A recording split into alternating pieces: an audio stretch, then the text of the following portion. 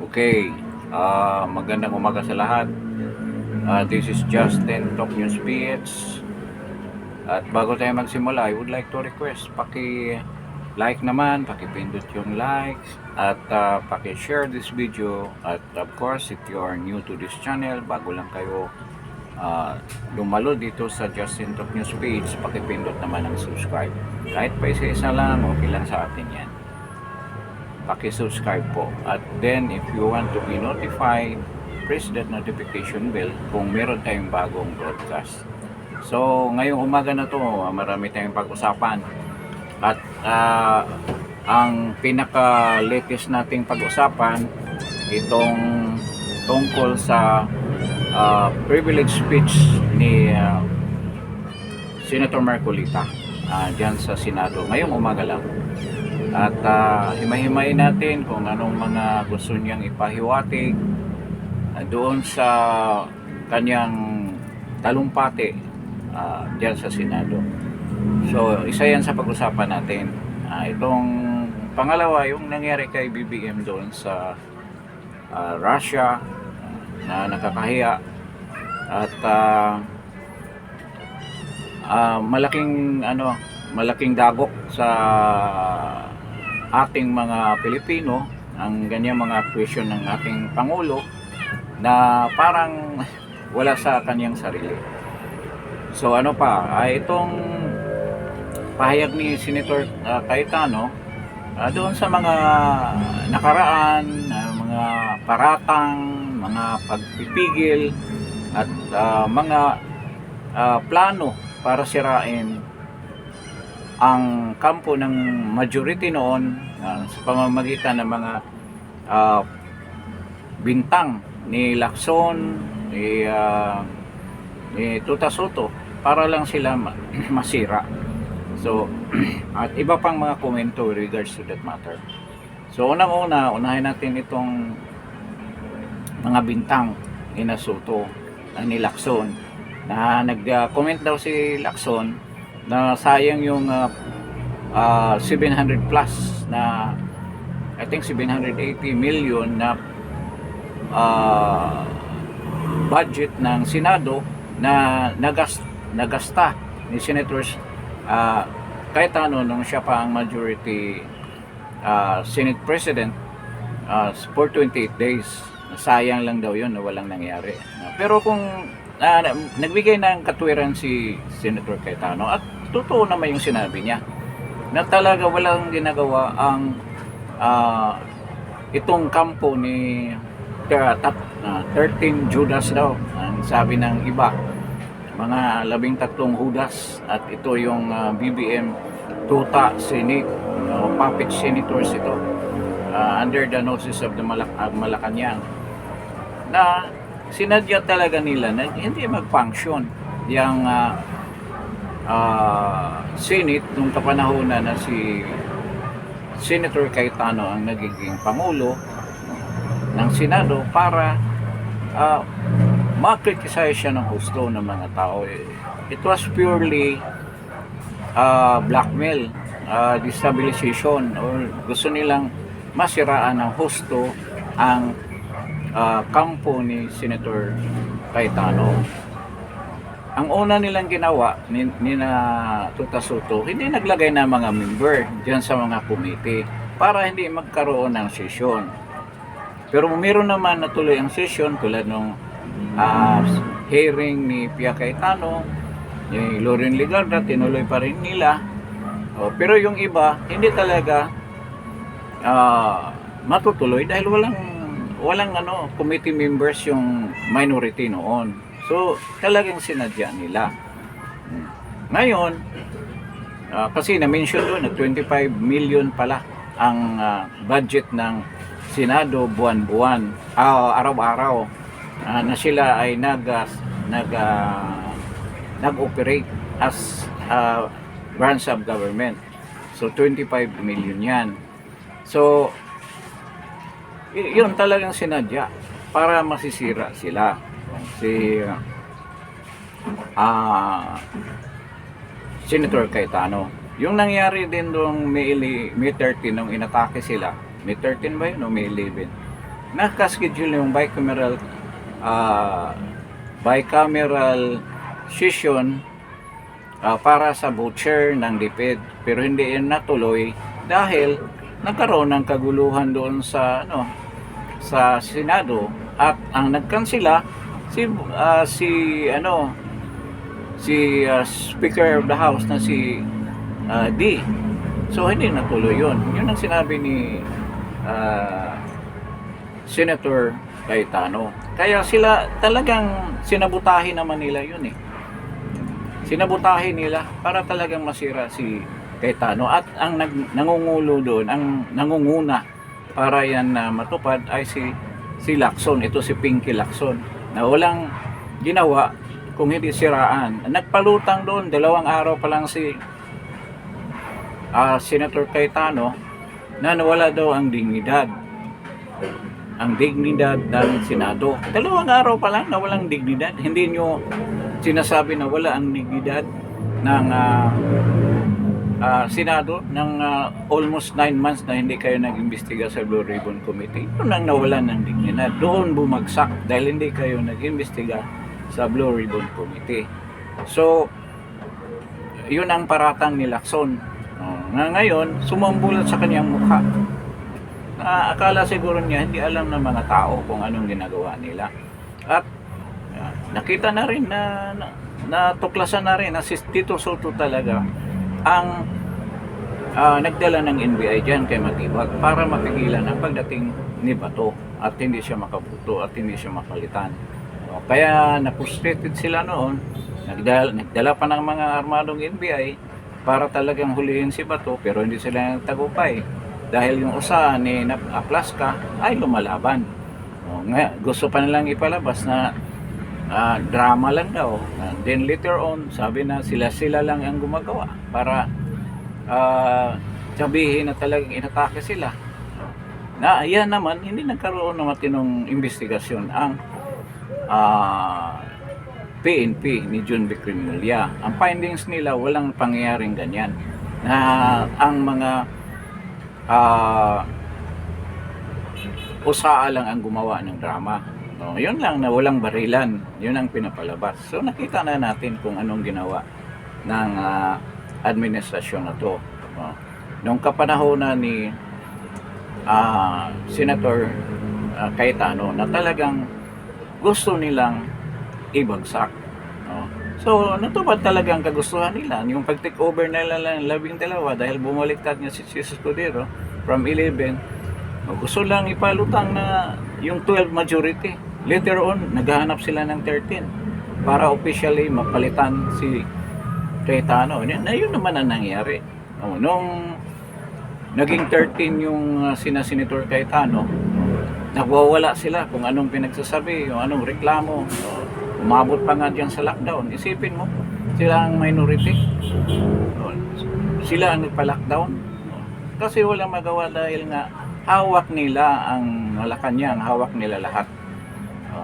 Kaya hindi talaga makapalag yung kahit majority na noon, pero lumipat nga si Escudero, wala silang magawa. Kaya nagkaroon ng lockdown ang Senado. Then after a couple of days, nawala. Nung Lunes pa lang, nawala na yung threat na nagkandak sila ng special session na waling-waling lang ang naipasa. Walang naipasang batas.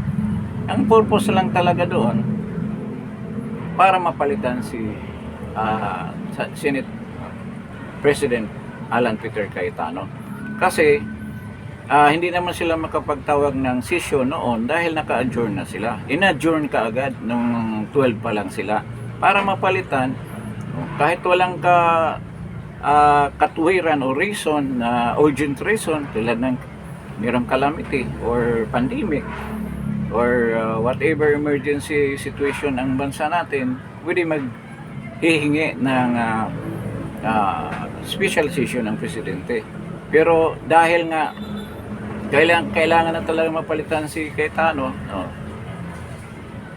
di thought na yan, emergency na talaga yan. Kailangan magpatawag ang presidente ng special session kahit wala sa katwiran ang pagbigay ng special, pagdeklara ng special session.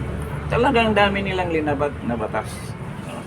Kaya doon sa una kong vlog, dahil umihasa na sila sa mga paglabag nila sa batas at wala naman sisita sa kanila dahil hawak nila ang lahat ng ahensya ng gobyerno, nangyaring tuloy-tuloy na yan. Pati yung impeachment din VP Inday Sara. Kahapon hindi pinakita yung yung pre-trial conference. Pero maraming balita tungkol dyan. Mamaya i-discuss natin. Ngayon, ito nga yung pagbisita ni, another topic tayo, itong pagbisita ni Bongbong Marcos sa Russia. Nakakahiya talaga. Nakakahiya. Nakita talaga yung niya, ang pagka-addict, pagkabangag. Kaya mismo si Putin confirm na tinatawanan si Putin. Bihira lang tumawa yan si Putin. Laging yan na kasi mangot. Pero nung panahon na yun natawa siya. Sa nangyari. Hindi ko inano yung pinag-usapan dahil puro mga generalization yan. Wala namang totoong transaction or economic talk doon. Wala. At alam na ni Putin kung anong nangyari ni President Duterte. Kaya lang siya. Lang siya ba? Yung as a state president ng isang bansa, nirespeto na lang niya for diplomacy. Pero titingnan mo yung mga comment ng nasa Russia. Puro negative ang comment. Pinapangalanan pa siyang napaka-corrupt na presidente at adik. Tingnan mo yung mga comment ng ang RTT, ang Russian television, Russian Today, hindi ganun nag-comment ng negative sa kanya. Pero wala rin sinasabi ng mabuti. So, literal, pag alis niyan sa Russia, umalis na yata, diyan natin makikita yung mga comment ng Russian Today. Kabagay, nandito sila, baka pag-initan, yung mga representative ng Russian Today, kaya hindi sila ganong nagko-comment. Pero with regards to that any relation, malabo. Habol nila kasi na makakuha ng supply ng crudo sa Russia. Binibigyan naman tayo, di ba? Ng Russia. Pero hindi ganyan karami dahil maraming kumukuha ng crude oil sa Russia. Pero yung overall, nakakahiya yung ginawa ni Bangag doon. So, confirm nito Putin na talagang may diferensya sa utak ng presidente natin. Naapektuhan sa paggamit ng pulburo. So, confirm yan. Ayaw pa naman yan ng ganyan kasi si Zelensky ganyan yung kausap niya. Diba? Ang kalaban niya. Ayaw niyang kausap. So, ganyan na nangyari sa bisita. Parang optics lang yun para sabihin na may ginagawa siya. Pero malamang yan, nangungutang na naman yan. I don't know kung papautangin ni Putin niya, si BBM. So, dito na tayo sa speech ni Senator Marcolita. Actually, dun sa privilege speech niya, challenge niya si Gatchalian at si Erwin Tulfo. Maimbestigahan ninyo si Martin Romualdez. Huwag nyo tanggapin yung parliamentary anong tawag na? Parliamentary courtesy na yun ang sinasabi ni Lacson noon na hindi niya maimbestigahan. Ang dami na nagbibigay ng pahayag na talaga siya na sila naghahatid ng malita-malitang basura o pera doon sa kanyang bahay sa North Forbes, sa McKinley at sa Tamarin Street. Ang dami na. Pero ang sinasite ni Senator Marcolita ay yung kay Gutisa na talagang nagdala ng pera doon. At si Martin Romualdez, maraming mga alibay at tinutulak pa niya na si Jesus Escudero daw ang nidahilan niyan. Na tapos na ang balangkas ng budget noong 2025 nang siya ay umalis. Nang umalis si Jesus Escudero sa Senado. So, common responsibility niya yun. Gusto niyang ipahiwatig na hindi daw siya talagang yung mga reason ni Martin Romualdez na hindi talaga siya kasama dyan sa pagbalangkas ng mga insertions Pero nandoon si Saldico. Sino ba nag-utos ng Saldico? O saan ba ang flow ng pera? Galing sa Valverde, papunta ng Horizon Homes dito sa Shangri-La Global City, bago mapupunta sa North Ports. Nakikita natin na talagang inutusan niya si Saldico para kulimbatin yung bilyones ng mga pera papunta sa kanya na nakaloob sa mga malita. So, paano yan?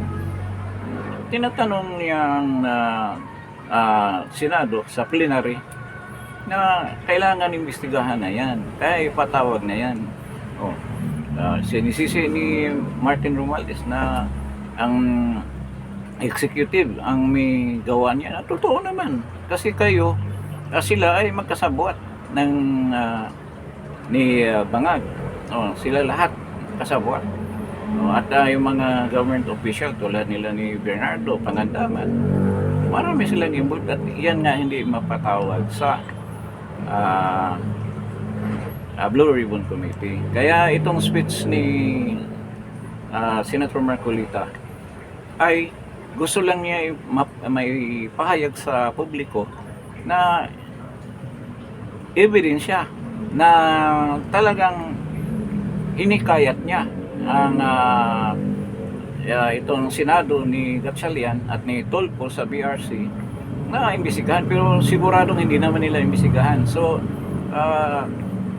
that will manifest na talagang kina-cover up nila, tinatakpan nila ang investigasyon with regards to the flood control scandal. At laging na-mention din ni Senator Cayetano na hindi lang yan ang source ng pera, hindi lang sa flood control, pero kasama na yung mga farm to market road, yung sa agriculture, sa irrigation, yung pag-purchase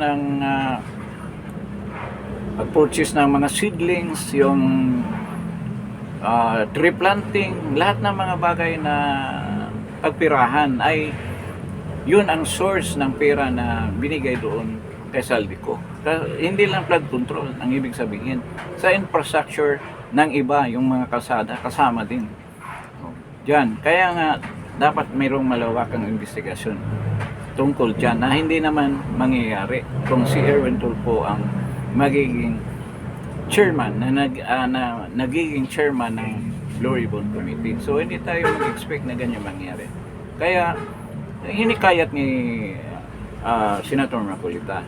Pero sinabi rin niya na nakaamba na yung kanyang warrant of arrest sa plunder na kinaso na gawa-gawa lang. Kaya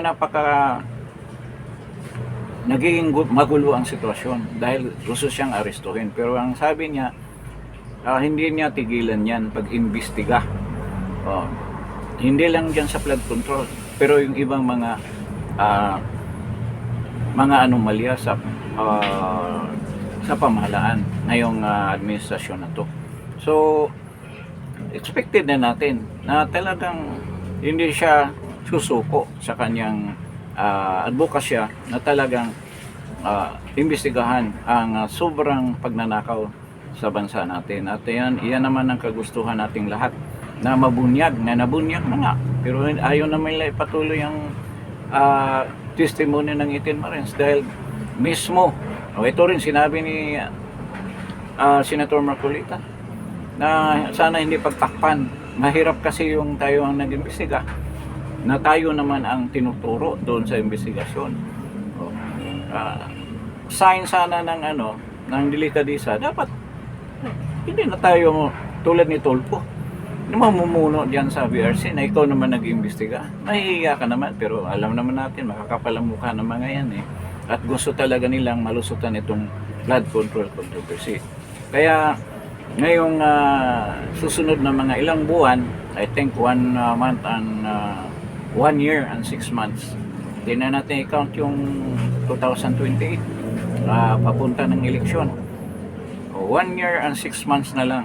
Kailangan pilitin nilang tabunan yan, pero hindi sila magtagumpay dahil ang consciousness ng mga tao nakalagay na dyan alam na ng mga tao kung anong talagang katotohanan dyan sa flood control project. Kahit anong takip nila dyan, lalabas din yan. Lalabas din ang katotohanan. At ito, kung ano man gagawin nila kay Senator Marcolita at si Senator Bongo o si Jaime nagsalita na posible rin daw siya kakasuhan. So, ipapa-aresto. So, yan ang gagawin nila. At malamang ito na ang mag-trigger dyan sa People Power Revolution. Malaking posibilidad dahil nga kinanti na nila yung Iglesia ni Cristo. Sinabi ko pa nga sa nakaraang kong vlog na dapat ang Iglesia ni Cristo, tama na yung ayon yung paresignin si Bongbong. Sobrang respeto nyo kay BBM. So, sabihin na ninyo na nagbitaw ng kung si Bangag. Kung hindi, pupunta tayo sa kalsada lahat. Na marami namang matiramay sa inyo kung sakaling ano mangyari kasi Senator Marcolita. O titingnan natin kung hanggang saan yan. At kasama na diyan si Senator Bongo. So makikita natin ang mga kaganapan sa pagdaan ng ilang araw kung ano talagang target nitong administrasyon ni Bangag. Kasi patuloy silang naghanap ng paraan na talagang makonvict si BP Inday Sara sa pamamagitan ng pagkulong nitong mga senador na nasa minority bloc. So, hindi nila susundin yung constitutional na provision na article na kailangan 24 yung basis. Matutupad yun ang sinasabi nila na kung sino lang umatin dyan, yun lang ang numero na bubuto at yan lang ang bibilangin. So, tingnan mo, hindi nila susundin yan. Babaliin nila yung konstitusyon tulad ng pagbali nila na maraming basis sa konstitusyon natin. Doon pa nga lang sa pag-hearing ng House of Representatives, ang daming violation. Ang daming violation sa batas na ayaw naman magbigay ng desisyon ang Supreme Court. Kaya kung hindi takot ang Supreme Court, bayad yan. May malita na rin yung mga yan. Ang daming nakabinbin na mga usapin na mga desisyon na dapat bigyan ng desisyon ng Supreme Court. Hanggang ngayon wala pa silang sinabi. So anong ibig sabihin yan? Kung hindi sila inefficient, takot sila or nakatanggap sila. Ganun lang yun. Kaya hindi na natin masahan ang Supreme Court natin. Sorry na lang sa mga abogado, pero yan ang impresyon ng karamihan mga tao. Takot din sila. Or nalalagyan. Ganun lang yun. Isipin mo yung mga kay President Duterte lang. Magbigay man lang sila ng decision. Napakatagal na noon. Walang nangyari. Wala pa. Napaka-delay ng mga nila. Parang hindi nagtatrabaho yung natin, Supreme Court. Or iniiwasan lang talaga nila dahil hawak na sila ng bangag na Pangulo. So, ganyan ang malungkot. Kaya itong challenge ni Senator Marcolita, just to put on record na lang yan, na talagang hinikayat niya ang Senado ni Gatchalian na mag-imbestiga ay yung Blue Ribbon Committee na hindi naman mangyari. So, just to put on record na talagang sinabi na natin na alam naman natin na hindi talaga yan mangyari. Pero despite of that, naka-record na rin yan sa books ng Senado na may tumayong senador at naghihikayat sa Senado na imbestigahan ang flood control and other scandal at pagnanakaw sa kabanang bayan dyan sa Senado na hindi nangyayari. So, mag-conclude na tayo, hindi yan mangyayari. So, I think hanggang dito na lang tayo. Yan lang naman ang buod ng sinasabi ni Senator Marcolita. Alam naman natin kung ano maging resulta na yan. I-deny yan. So alam na rin ni Senator Marcolita yan. But ulitin ko nga, just to put on record na talagang hinikayat niya, china-challenge niya. Pero hindi yan tatanggapin ng challenge mo, Senator Marcolita, dahil iiwas yan at patuloy na pagtakpan nitong 13 Judas senators na pinamumunuan ni Chucho Gatchalian ang hamon mo. Ibaliwala lang nila yan. put under the rugs yun. So, ganyan lang tayo.